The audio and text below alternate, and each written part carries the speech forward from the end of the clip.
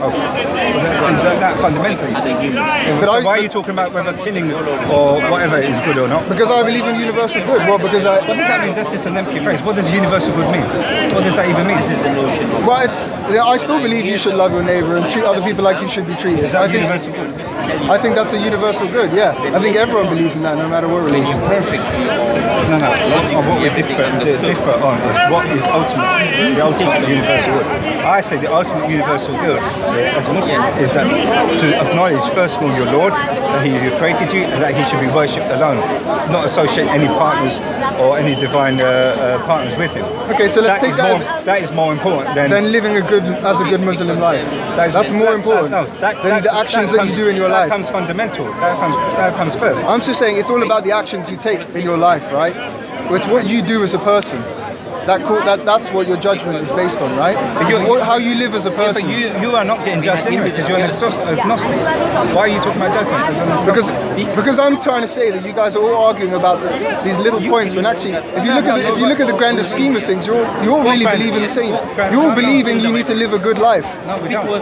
It's not that different, is it? No. A good Muslim is because a good Christian leads a bad life who doesn't believe in Christ.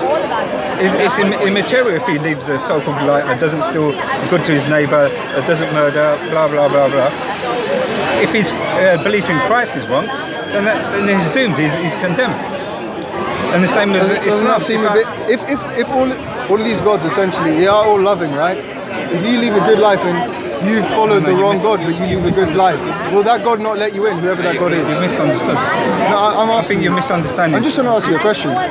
They don't want to keep asking the question. So my question is, if you've lived a good life, but you follow the wrong God, and then the antecedent is wrong.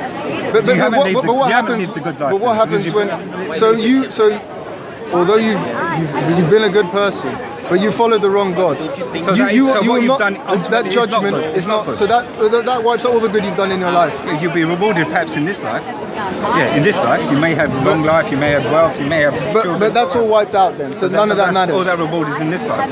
So next life you have then anyone that doesn't follow your religion might as well do whatever they want and not be good people because they're not going to ascend to heaven.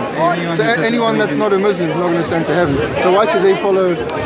Why should they be good? Try and be good people then? Because it's all just screwed. It's all just screwed anyway. Acknowledgement of good and action of good is to acknowledge the one true God that you should not, that you will not worship any other God. And then after that, the deeds or commandments follow.